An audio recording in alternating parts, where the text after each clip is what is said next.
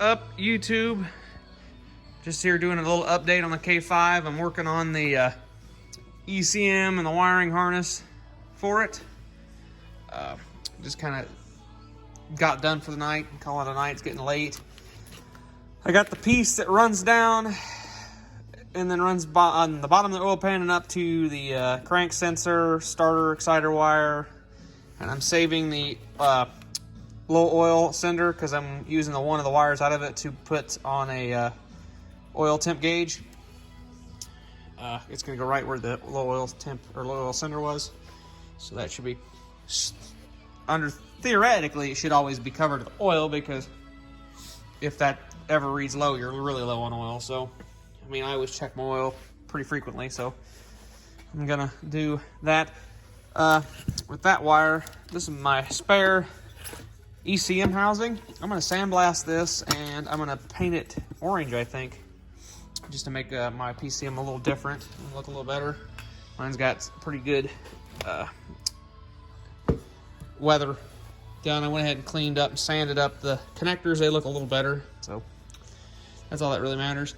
These are all the wires that go to different things: your key, your oil pan, tack output, all that stuff. Oil pressure sensor, I'm using the factory sensor wire, and I will just cut this off and put a connector on for whatever my sender takes. If it takes an eyelet or a spade, depends on what I use. They'll be able to hook right up to this. This red wire is from the purple. It's the keyed crank. So once I apply 12 volt to this, it'll apply 12 volt down here at the starter to engage the starter. Pretty simple. I got to do the O2s. Like right now, I don't really know. I'm going to move some of the O2s around a little bit. I'm not 100% sure where my O2s are going to be on this truck, because I'm going to run long tubes, like I said, and obviously that moves them from the stock location. Like the wires that have the red tape on them, this is I think it's air conditioning or something that's not used. I'm not 100% sure. Somewhere around here, there is also, I think it's, yeah, right here, this will be getting removed as well. This is the EGR. I'm not using EGR on that truck, obviously. These two wires are for air conditioning. They'll be removed. The mass airflow sensor, which is coming off this stack of stuff here somewhere. These run down to your O2s on the passenger side right here. This is the mass airflow sensor. I'm going to relocate it to right about here where it will come out. So it'll come out across and then over to the mass airflow sensor, whatever kind of intake I do. Obviously, it'll be way too long, so I'll end up shortening it a lot, I bet. Transmission wiring, I'm just going to clean it up. A lot of it won't even get touched. It won't need to be touched. Most of this stuff is breaking and just completely crap and falling apart, so it's going to get all new loom. I'm test taping it anyways. And some of the high heat spots, like down here, I'll get new heat loom and tape that all up. But yeah, this is what it looks like so far. All these wires will run over and then run down this loom that's not covered or not test taped yet, and then run across here. And this probably will get test taped from here back, but this will get test taped from here forward, and then it'll continue. These all run over here and then run down with this. I'll have one bundle. Wires that'll be going to a fuse block. Then I'm going to get me a fuse block, pretty good size one, sealed up, got a pretty good amount of fuses and relays, so I'll be able to do fans, fuel pump, all the injectors, O2 sensors, MAF, transmission. They'll be on their own fuses. The MAF and transmission, a lot of times the people pair them together. LT1swap.com is where I get 90% of my info on how to rework these harnesses. Normally I just use their pinout, get rid of the stuff I don't need, add stuff I need. Like I added the pin 71. I can't remember what connector that is, but it's the tow haul switch. I got to program that in there. I want to have a tow haul switch or performance mode. So yeah, that's what I'm doing. These aren't the O2s to that. These are actually off a 99.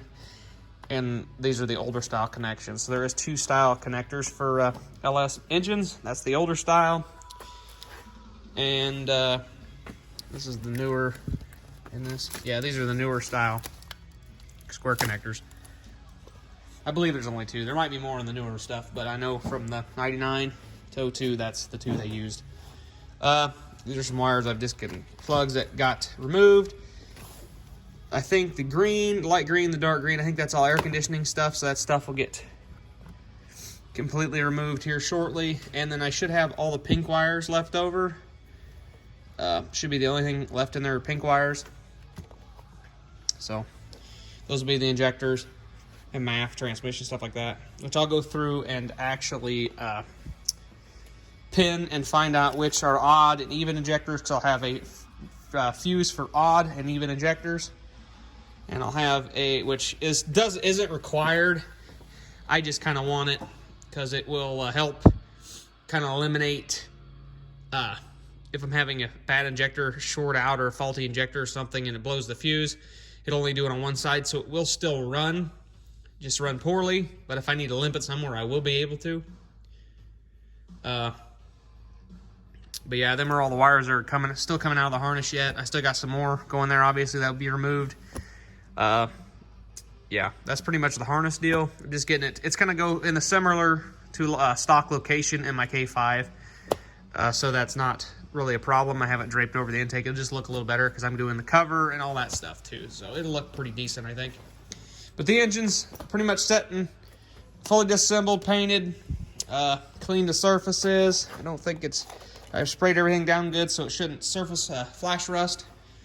I got to get the retainer plate because my row ring is pretty much rotten and gone. I'm going to get a new retainer plate. I can go ahead once that's done. Throw my cam in, throw my lifters in, throw my lifter buckets in. Then I'll be ready to put the heads on. Then I'll get probably 2 new knock sensors, and then I'll get the valley cover gasket, put the valley cover on. Then I'll be able to button all the valve covers and what's not on. Put the timing chain on. Get an oil pump. Put the oil pump on it. Get all that stuff and get this bad boy back together. Once it gets back together, it'll get mated up to the 4L60 and MP. What is it? 241, I believe. 241 transfer case. Already forgot I made a video on this. Yeah, 241C. It'll be mated up to that combo. Then I'll need to get my I'll have to get my motor adapters, clean up the C-mount, or the motor mount, the port that mounts on here. I've got the clamshell, the clamshell mounts. I have the clamshells painted up there, black. It's probably gonna have an oil cooler on it, I think. There's a starter shield. I gotta clean all that still up. Got valve covers painted, all that stuff. Go ahead and plug this battery charger. Battery's charged, so it don't need to be on. But yeah, got the fuel rail painted up, or the bar that goes over from the fuel rails, and I got the end caps of the fuel rails are painted orange as well. So there's gonna be a lot of accenting on this engine, so it should look pretty good. It's still gonna have a black intake. Like, yeah, this is my 6-liter intake. Well, not mine. I sold it, but this is my coworker 6-liter intake now. I painted these caps orange. Like, the rail will be orange, but it'll still have a cover, so it won't totally be, you won't be able to see all of it, but you'll be able to see the majority of it. So, or some of it anyways. So it'll just be a little extra back in here, you'll see, because I'm going to do my own lines. I'm thinking about coming across the back of the engine and then over and down the rail on the passenger side. But I may actually use the factory lines down the transmission if I have room. And then I can run it over the transmission onto the frame. They're right here. I cut them off. I'll just go through and take the evap line out. And then I'll just cut them with a pipe cutter. And then I'll be able to put tube fittings or tube adapters to AN fittings. I'll also run an AN hose to the back. Doing a 91 style Blazer tank with in-tank fuel pump and a Walbro pump, the same pump I used on my 83. Seems to be a good pump, so I'm gonna go ahead and use it again. But yeah, that's pretty much it, what I've been doing. I do a step-by-step process on how to rework one of these harnesses, but there are plenty of them out there. I mean, if you guys really want to see a step-by-step process of me reworking one of these and how to rework one of these and how I rework one of these harnesses, hit it down in the comments, and if I can eventually get another harness, maybe get another truck and pull the engine. Maybe I can do a LS series of getting a truck, pulling the engine, showing you what to do and what not to do, what to watch for, because these are very common to break coil packs. Common thing to break are oil pressure senders, which them aren't the end of the world if you break one of them. Normally they'll fall apart looking at them wrong, so that's not a big deal. Normally you're going to put an aftermarket adapter or build your own adapter out of the sending unit. I'll show you guys how to do that possibly, because I've done a couple of them myself. You got to watch your map sensor. Them have a habit of breaking, and if you're going to retain your port for vacuum for your boosted brakes, you're going to want to watch that. Yeah, then we're gonna, the easiest way is I like taking the intake off and taking the coil pack brackets off. You don't have to. I've done it many times without doing that. Taking the intake off makes it so much easier. You can actually pull these without taking any of the wiring, taking the coil packs off. I did that. That's how I pulled it in my blue truck. I left all the wiring on. I just draped it over. And then I pulled the radiator, condenser, and support, and then I pulled it straight out with the motor, transmission, transfer case, all. So that's how I did it there.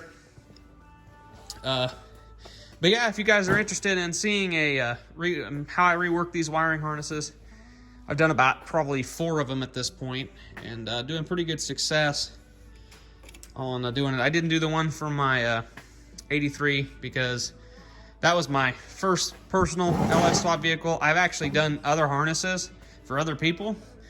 I didn't do it on my own because the harness that I had out of my truck had a lot of mice damage, and I did not want to have problems down the road with the harness because of the mice damage. A lot of times you'll get mice damage under here, under this the main block, fuse block under the hood of these trucks. So that's a common area that you'll have problems. Apparently somebody has replaced the crank sensor because this is a replacement plug. I'll end up cutting this off, soldering these together really good.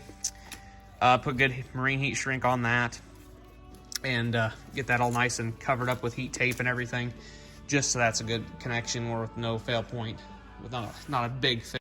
Sorry about that. I got a phone call, but anyways, like I said, I'm gonna fix that so that's not a fail point. But yeah, like I said, if you guys want to see me do a swap harness from scratch sometime, or do more LS series stuff, just put it down in the comments, since I enjoy doing this stuff.